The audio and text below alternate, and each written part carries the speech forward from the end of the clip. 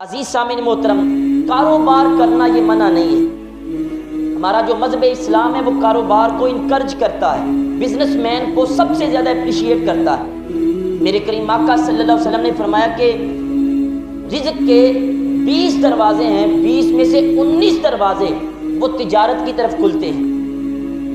20 میں سے 19 دروازے تجارت کی طرف کھلتے ہیں، یعنی 95% جو رزق ہے وہ تجارت کے اندر ہے، بزنس کے اندر ہے۔ باقی بچہ 5% اس کے اندر آپ لگا لیں، یہ NTS ہے، PPSC ہے، FPS ہے، FPSC ہے یا CSS ہے، جتنی بھی جاب لگا لیں یہ ساری 5% رہ جاتی ہے۔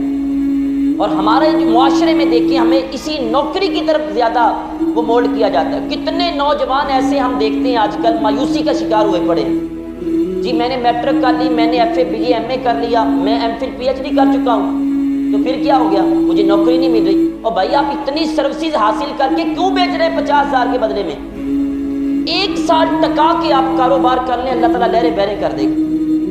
یہ کام علماء کا تھا، لوگوں کو بتائیں کہ بھائی نوکری نہیں بلکہ کاروبار کریں، بچوں کو بتائیں، لوگوں کو بتائیں بھائی کاروبار کی طرف آئیں۔ تعلیم حاصل اس لیے کریں کہ ہمیں رب کی پہچان اور رب کے رسول کی پہچان ہو، انسانیت ملے ہمیں۔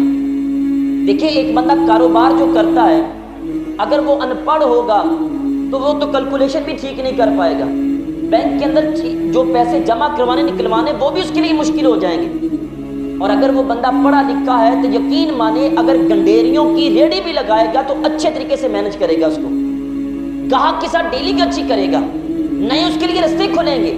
ہم نے یہ صرف کہہ لیا کہ اگر پڑھائی ہے تو پھر نوکری کرنی ہے تو نوکری اچھی مل جائے گی، یہ نہیں پڑھائی کا مقصد ہونا چاہیے۔ ہمارا مذہب اسلام دیکھ لیں، جتنی بھی ہماری سیلیبریٹیز تھیں تمام کی تمام کاروبار کے ساتھ منسلک تھیں۔